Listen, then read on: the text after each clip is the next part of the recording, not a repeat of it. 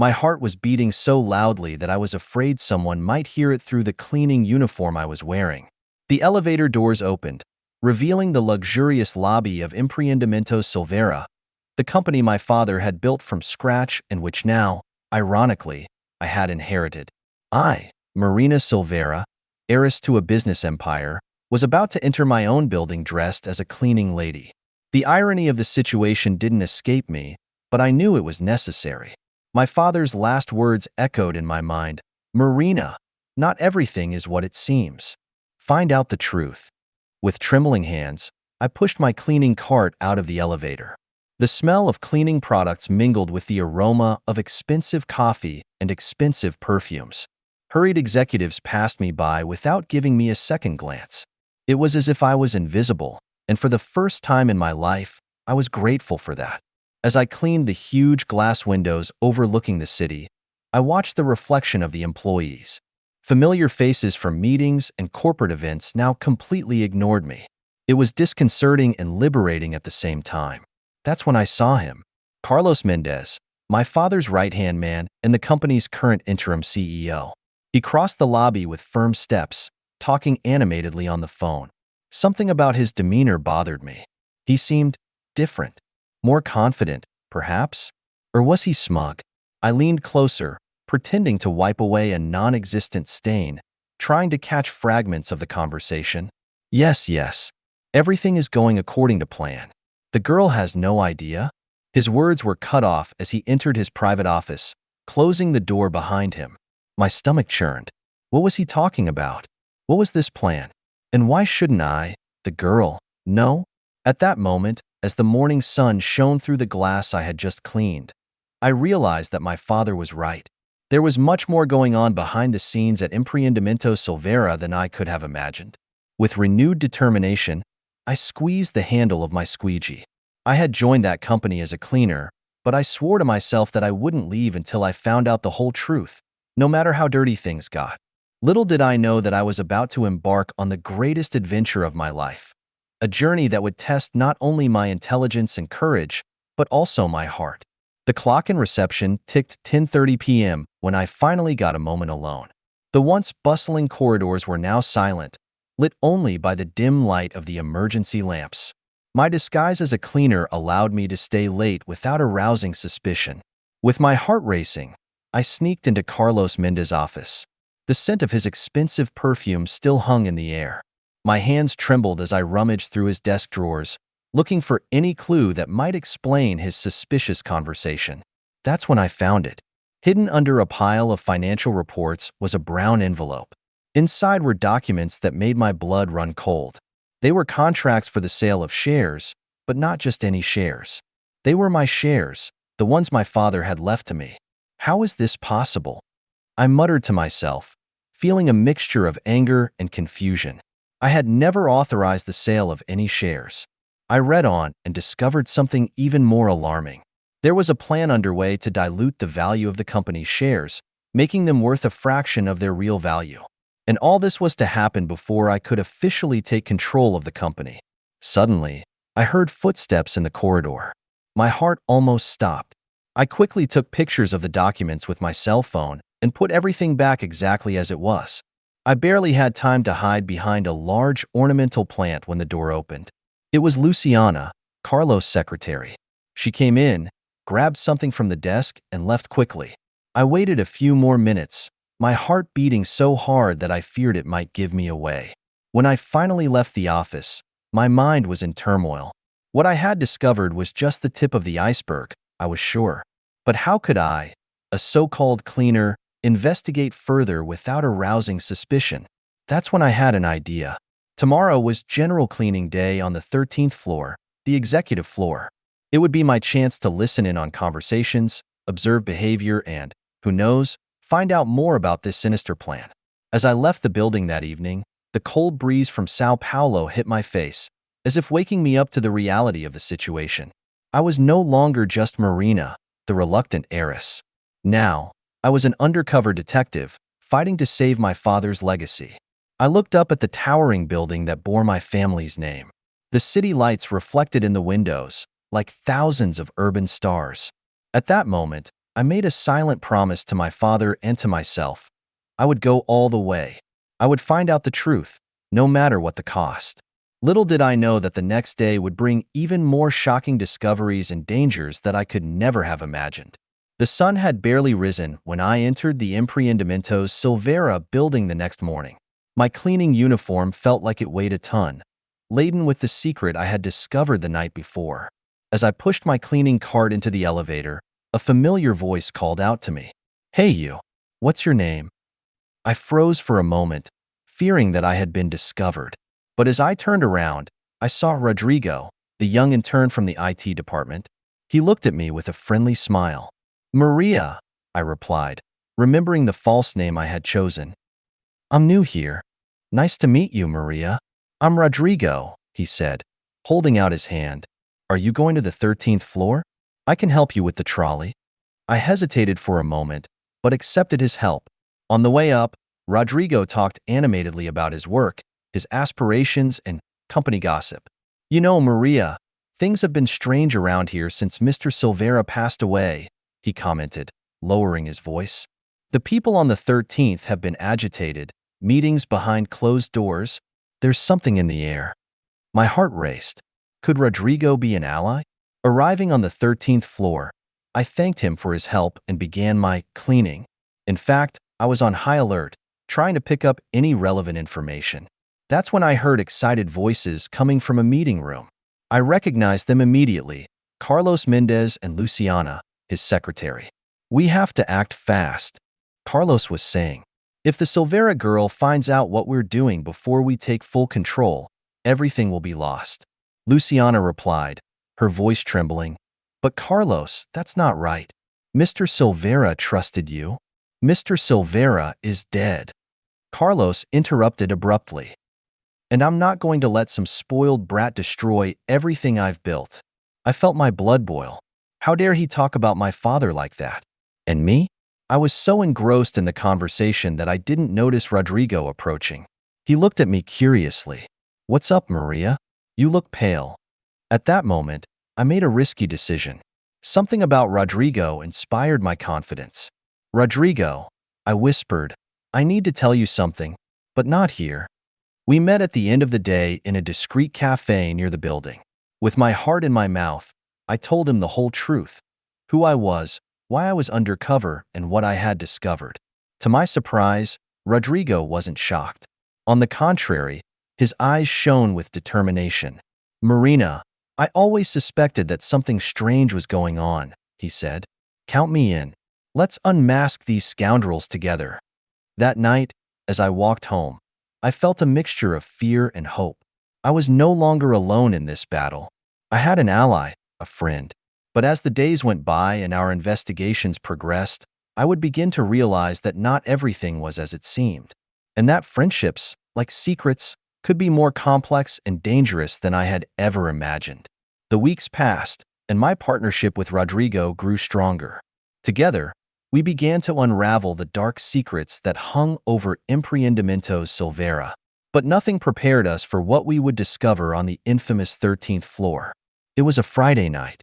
Most of the employees had already left, leaving the building almost empty. Rodrigo and I decided it was the perfect time to investigate further. "Marina, are you sure about this?" Rodrigo asked, his voice trembling slightly as we sneaked through the dark corridors.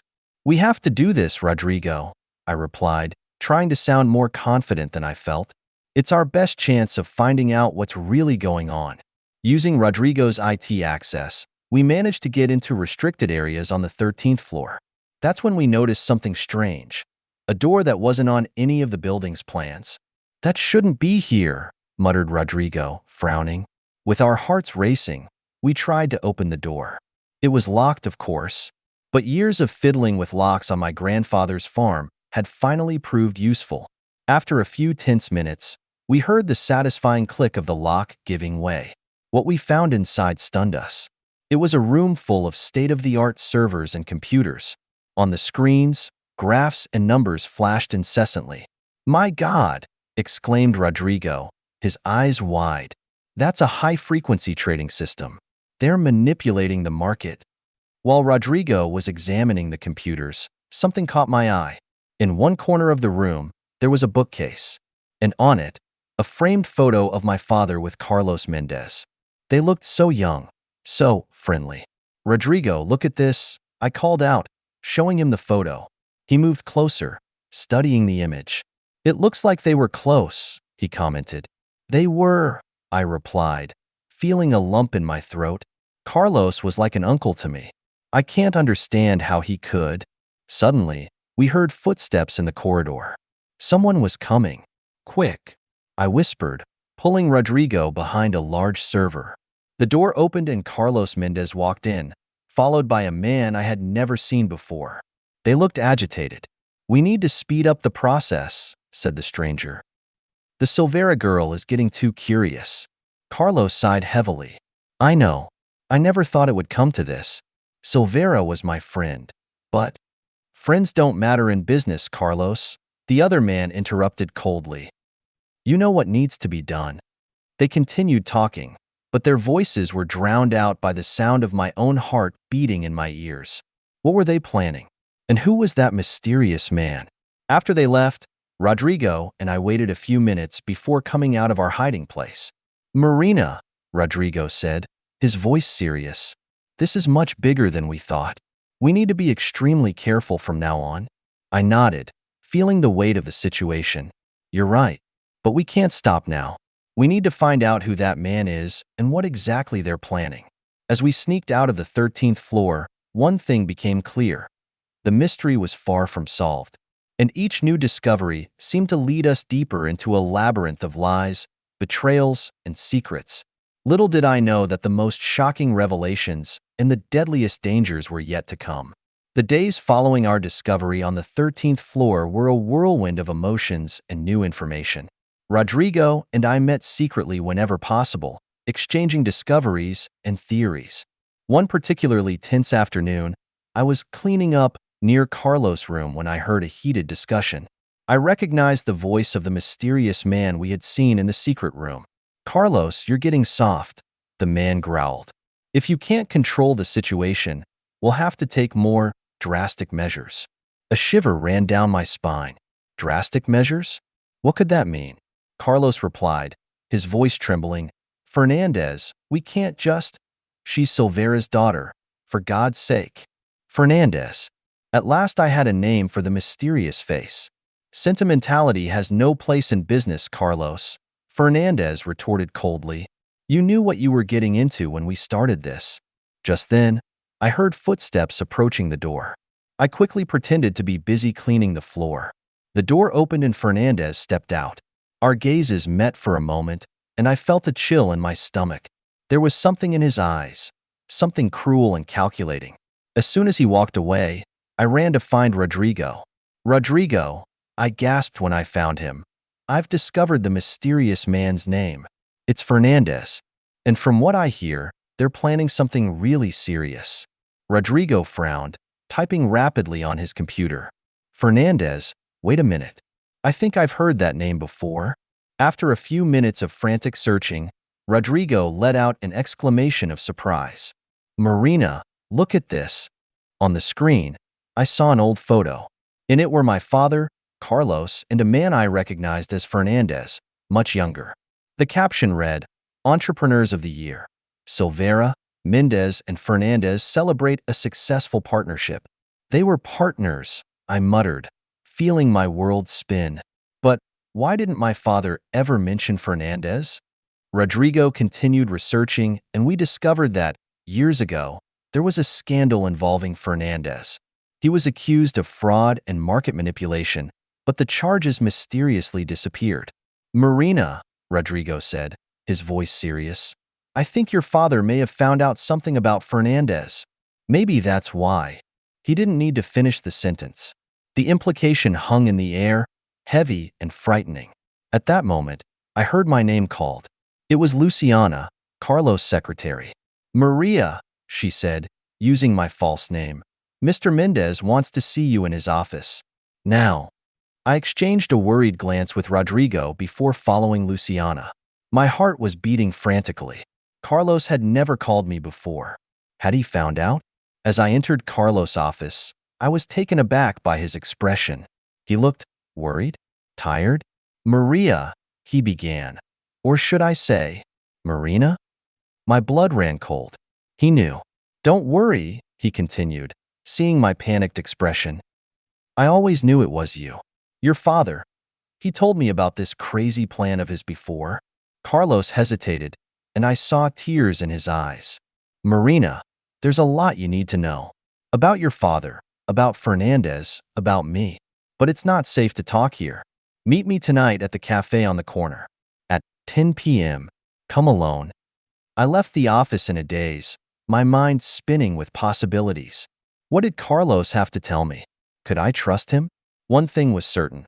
The conspiracies in the corridors of Emprendimiento Silvera were much deeper and more dangerous than I could ever have imagined.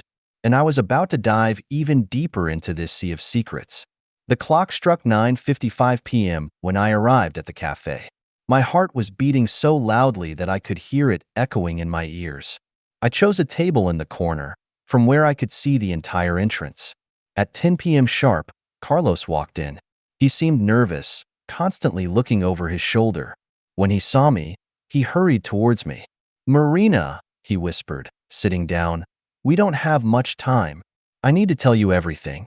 He began to speak rapidly, his voice low and urgent. He told me about how he, my father and Fernandez had started the company together, full of dreams and ambitions. In the beginning, everything went well, but Fernandez always wanted more. Your father found out that Fernandez was involved in illegal business, Carlos explained, his eyes full of remorse. He wanted to denounce him, but I convinced him not to. I was afraid, Marina, afraid of what Fernandez might do. I felt my stomach turn. So, when my father died, Carlos nodded sadly. It wasn't an accident. Fernandez, he ordered it. And I knew, but I didn't do anything to stop it. Tears of anger and sadness burned in my eyes. How could you, Carlos? My father trusted you. I know, he replied, his voice breaking, and I regret it every day. That's why I'm telling you everything now. I need to make things right. He handed me a USB stick. Here's everything. Evidence of Fernandez crimes, details of your father's death, everything. Use this to... Suddenly, a crashing sound cut through the air. Glass shattered, and Carlos fell forward, blood staining his shirt. Carlos! I shouted, getting up in shock. But before I could do anything, I felt strong arms grabbing me. I tried to struggle, to scream, but a hand covered my mouth. Shua, Marina! I heard a familiar voice in my ear. Don't make this harder. My heart sank as I recognized the voice. It was Rodrigo. As I was dragged out of the cafe, I saw Fernandez walk in calmly, as if nothing had happened. He picked up the USB stick from the table and put it in his pocket. Good work, Rodrigo, he said with a cold smile. Take her to the car. We have a lot to talk about with Ms. Silvera. As I was pushed into a dark van, my mind spun. Rodrigo, my supposed ally, my friend, was a traitor. Carlos was possibly dead, and I was in the hands of the man who had ordered my father's death. Fear consumed me, but something stronger grew inside me. Determination. I was going to survive this. I was going to find out the whole truth. And, above all, I was going to get justice for my father. As the van sped through the night, I knew that my real battle was just beginning, and I was ready to fight with all my might. The van snaked through the dark streets of the city, taking me to an unknown destination. My mind was in turmoil, filled with conflicting emotions. Anger at Rodrigo's betrayal, fear of what Fernandez was planning, and a deep sadness at the possible loss of Carlos. After what seemed like an eternity, the van stopped. I was rudely pushed out and found myself in front of an old abandoned warehouse. Fernandez guided me inside, Rodrigo following close behind. Welcome to the original headquarters of Emprendimiento Silvera, Marina, Fernandez said with a cold smile. Where it all began, and where it will all end. The interior of the warehouse was surprisingly modern, contrasting with its decaying facade. I was taken to a room that looked like a makeshift office. Sit down, Fernandez ordered. We have a lot to discuss. Reluctantly, I obeyed. Rodrigo stood near the door, avoiding my gaze. Why? I asked, my voice shaking with anger. Why do all this? Fernandez laughed. Ah, Marina. So naive, just like your father. You see, your precious company is just a front for much bigger and more profitable operations. He began to tell a story that horrified me. Emprendimento Silvera had apparently been used to launder money from illegal activities for years. My father found out and wanted to put a stop to it. Your father was an idealistic fool, Fernandez spat. He didn't understand that sometimes you have to get your hands dirty to prosper in this world. And you, Rodrigo? I turned to him, unable to contain my disappointment. How could you betray me like that? Rodrigo finally faced me, his eyes full of guilt. I had no choice, Marina. Fernandez has my family. If I didn't cooperate— Enough talk, Fernandez interrupted. Marina, you have two options. Join us, continue the legacy your father was too foolish to embrace, or— He let the threat hang in the air. My heart was beating frantically, but my resolve was firm. Never, I declared. I will never betray my father's principles. Fernandez sighed, feigning disappointment. What a shame. I really expected you to be more pragmatic. He gestured to Rodrigo, who reluctantly approached me. But before either of them could do anything, we heard a commotion from outside. Suddenly, the door opened violently. To my shock and relief, I saw Carlos, wounded but alive, accompanied by police officers. It's over, Fernandez, Carlos declared, his voice weak but determined. Chaos ensued. Fernandez tried to flee, but was quickly apprehended. Rodrigo, seeing the situation change, immediately surrendered, begging for mercy. While the police were handcuffing Fernandez, Carlos approached me. Marina, he said, his voice full of emotion. Forgive me. For everything. I should have been braver, like your father. Tears streamed down my face. Carlos, you came. You did the right thing in the end. Over the next few minutes, I was bombarded with explanations. Carlos, after being shot, managed to alert the police. The bulletproof vest he was wearing saved his life, a precaution my father had convinced him to take years ago. As we were taken away to give evidence, I looked at the old warehouse one last time. There, between those worn walls, the secrets of the past finally came to light. But I knew that this wasn't the end of the story. It was just the beginning of a new journey, one in which I would have to rebuild not only the company, but also my father's trust and legacy. The weeks following Fernandez's arrest were a whirlwind of statements, investigations, and shocking revelations. The press had a field day with the scandal, and Silvera's name was all over the headlines, not always in a positive light. I found myself at the center of a storm, trying to keep the company afloat while dealing with the legal and emotional consequences of everything that had happened. It was in this moment of chaos that I received an unexpected visit. Miss Silvera, the receptionist called out. There's someone here to see you. He says it's urgent. When the door to my office opened, I almost fell off my chair in surprise. It was Rodrigo. What are you doing here? I asked, my voice as cold as ice. Rodrigo looked haggard, his eyes carrying the weight of guilt. Marina, I know I have no right to be here, but I need to tell you something. Something that could save the company. I hesitated. Part of me wanted to throw him out immediately, but another part, perhaps the part that still believed in the good in people, made me listen. You have 5 minutes, he said, crossing his arms. Rodrigo then told me about a contingency plan that Fernandez had created. A plan that, ironically, could be the salvation of Emprendimento Silvera. There's a hidden server, he explained. It contains information on all the company's legitimate transactions, separated from the illicit operations. Fernandez kept it as collateral in case he ever needed to prove his innocence. My heart raced. If that were true, we could prove which parts of the business were legitimate and save the company's reputation. Why are you telling me this now? I asked, still suspicious. Rodrigo sighed deeply. Because I made mistakes, Marina. Terrible mistakes. But I want to do the right thing now. For you, for your father's memory, and for myself. I looked into his eyes, searching for any sign of deceit. But all I saw was sincere regret and hope. Okay, he finally said. Let's go after that server. But if this is some kind of trap, Rodrigo. It's not, he interrupted me. I swear.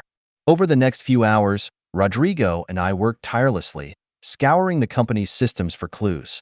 It was an exhausting process, full of dead ends and false alarms. When we finally found the hidden server, it was after midnight. The information it contained was exactly what we needed, a lifeline for Emprendimento Silvera. As we analyzed the data, I realized that I was forming an unlikely alliance with Rodrigo. He still had a lot to explain, a lot to answer for, but at that moment, we were a team again. Marina, Rodrigo said softly, breaking the silence. I know you'll probably never forgive me completely, but I want you to know. I'm truly sorry, and I'll do whatever it takes to make things right. I looked at him, feeling a complex mix of emotions. Forgiveness takes time, Rodrigo, but I'm willing to give you a chance to prove yourself. When the sun rose, illuminating the office, we had a plan. A plan to save the company, clear Silvera's name, and perhaps redeem a few lost souls in the process.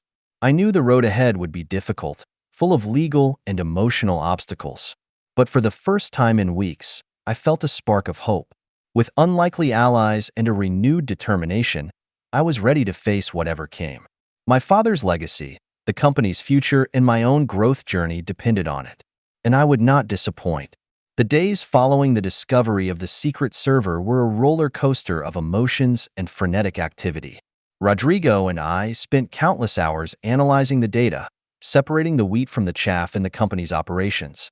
One morning, while we were having our fifth coffee of the day, I had an epiphany. Rodrigo, I said, my eyes shining with a bold idea, what if, instead of just defending ourselves, we attacked? He looked at me, intrigued. What do you have in mind, Marina? I explained my plan. We would use the information from the server not only to clear the company's name, but to expose the entire network of corruption that Fernandez had built up over the years. It's risky, warned Rodrigo, frowning. We could make powerful enemies. We already have powerful enemies, I argued. At least this way, we'll be fighting on our terms.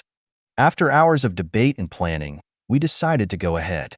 Our plan was audacious. We would call a surprise press conference, where we would not only clear the name of Emprendimento Silvera, but also expose everyone involved in Fernandez's scheme. The following weeks were a whirlwind of secret preparations. We worked tirelessly, sleeping little and living on coffee and determination. Carlos, still recovering, helped us with his contacts and inside knowledge of the company. The day before the press conference, I received an anonymous phone call. The voice on the other end of the line was deep and threatening. Miss Silvera, we know what you're planning. Give up now, or the consequences will be severe. I felt a chill run down my spine, but my resolve didn't waver. Who are you? I demanded to know. Someone who can make your life very difficult, the voice replied before hanging up. I shared the threat with Rodrigo and Carlos. They both looked worried, but I was more determined than ever. We're not backing down, I declared. It's time to put an end to this once and for all. On the morning of the press conference, the company's auditorium was packed with journalists and cameras. My heart was beating frantically as I prepared to go on stage. Rodrigo shook my hand gently. You can do it, Marina. We're with you. I took a deep breath and walked to the podium. The flashing lights blinded me momentarily, but I kept my composure. Ladies and gentlemen, I began, my voice firm despite my nervousness. Today I am here not only to defend the name of Emprendimento Silvera, but to reveal a truth that has been hidden for a long time. Over the next few minutes, I laid it all out. The company's legitimate operations, Fernandez manipulations, the extensive network of corruption he had built up. I presented evidence, names, dates, all meticulously organized and verified. The room erupted in questions and exclamations of shock. Journalists typed frantically on their laptops, cameras buzzed, flashes went off nonstop. While I was answering questions, I noticed movement at the back of the room. Men in dark suits seemed agitated, talking urgently on their cell phones. I realized then that our bold move had worked. We had stirred up a hornet's nest, and now there was no turning back.